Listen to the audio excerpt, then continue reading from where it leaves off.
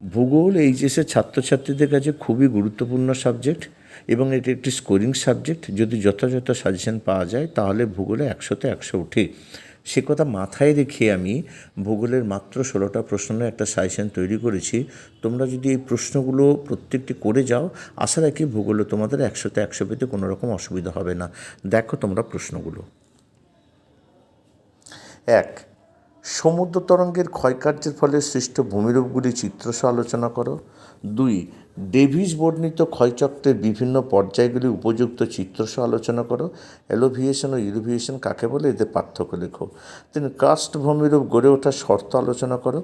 নগ্নিভবন কাকে বলে, অন্ধ উপত্যকা ও শুষ্ক উপত্যকার মধ্যে পার্থক্য লেখো। অর্ধারোপিত নদী কাকে বলে।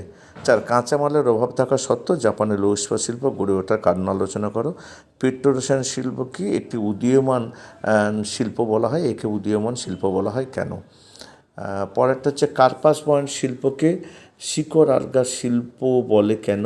ভূমধ্যসাগরীয় অঞ্চল ফল উৎপাদনে বিখ্যাত কেন। শস্যাবর্তনের দুটি বৈশিষ্ট্য লেখো। 6. নিবিড় জীবিকা সত্তাভিত্তিক কৃষির ক্ষেত্রে মাথাপিছু উৎপাদন কম হয় কেন। দক্ষিণ ভারত কফি চাষে উন্নত কেন। দ্রব্যসূচক কী। 7 হচ্ছে চিত্রসহ নাতিশীতোষ্ণ ঘূর্ণপাতের জীবনচক্র ব্যাখ্যা করো। জলবায়ু পরিবর্তনে বিশ্ব উষ্ণায়নের প্রভাব আলোচনা করো। শারীরবৃত্তীয় শুষ্ক মৃত্তিকা কাকে বলে। 8 হচ্ছে ভারতের পশ্চিমাঞ্চলে পেট্রোরসায়ন শিল্পের উন্নতির কারণ ব্যাখ্যা করো।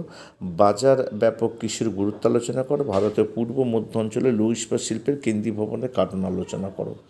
9. আমেরিকা যুক্তরাষ্ট্রে কার্পাস বয়ন শিল্পের বন্টন সম্পর্কে আলোচনা করো। শস্য প্রগাঢ়তা নির্ণয়ের সূত্রটি বিবৃত করো।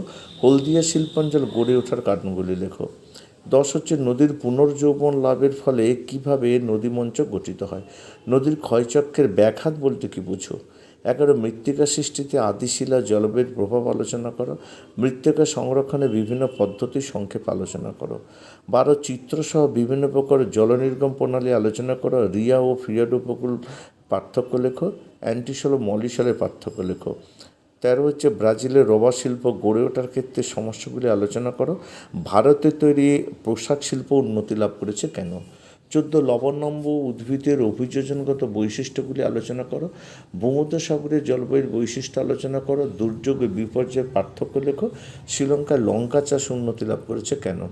15. ইনসিটু এক্সিটুর পার্থক্য আলোচনা করো। কোয়াটনারি ও কুইনারি ক্রিয়াকলাপের পার্থক্য লেখো। কানাডা কাগজ শিল্পে উন্নতির কারণ আলোচনা করো।